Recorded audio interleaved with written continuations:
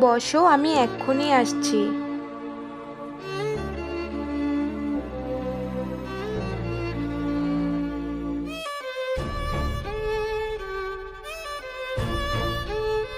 এগারো তারিখ আমাদের অ্যানিভার্সারি।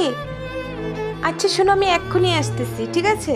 ওর জন্য একটা শাড়ি কিনে নেই, খুব খুশি হবে। ভগবান, ও আমাকে কতটা ভালোবাসে, এমন স্বামী যেন সবার কপালে মেলে।